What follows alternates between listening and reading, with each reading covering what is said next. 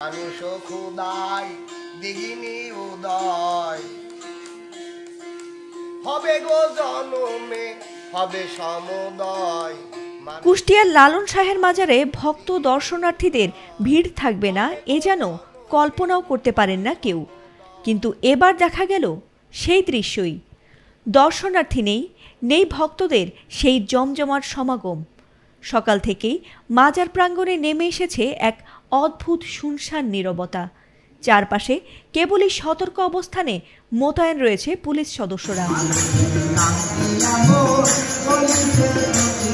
কুষ্টিয়ার ছেউরিয়ার ফকির লালন শাহের আখড়া, যেখানে সবসময় ভক্ত অনুরাগীদের ভিড় লেগেই থাকে, সেখানে আবার দেখা গেছে ভিন্ন চিত্র। সম্প্রতি রাজবাড়িতে নুরাল পাগলার মাজারে হামলার জেরে আতঙ্ক ছড়িয়ে পড়েছে কুষ্টিয়ার কুমারখালীতেও। সেই ঘটনার দুদিন পেরিয়ে গেলেও এখনও আগের রূপে ফেরেনি বাউল সম্রাটের আখড়া বাড়ি। আর তাতে যেন লালন শাহের মাজার হারিয়েছে তার চিরচেনা উৎসবের আমেজ।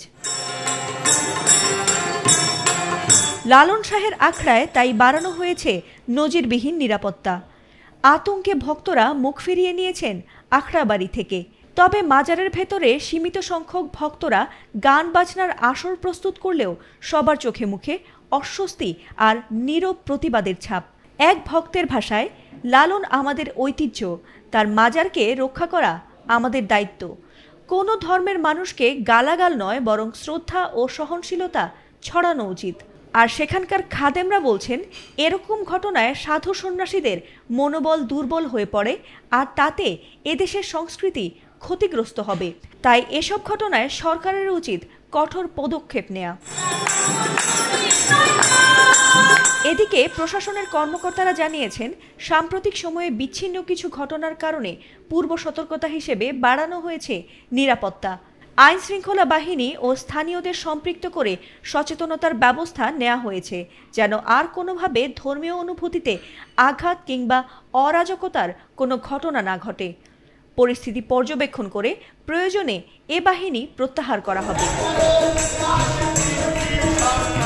প্রতি বছর ধর্মীয় উৎসব উপলক্ষে লালনের মাজার এলাকায় বাড়তি নিরাপত্তা দেখা গেলেও অন্যান্য সময়ের তুলনায় এমন নজির এই প্রথম।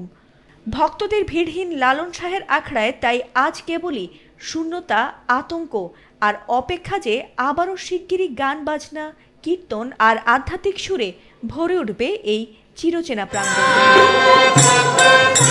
ফাতিমা সুলতানা, এটিএন বাংলা।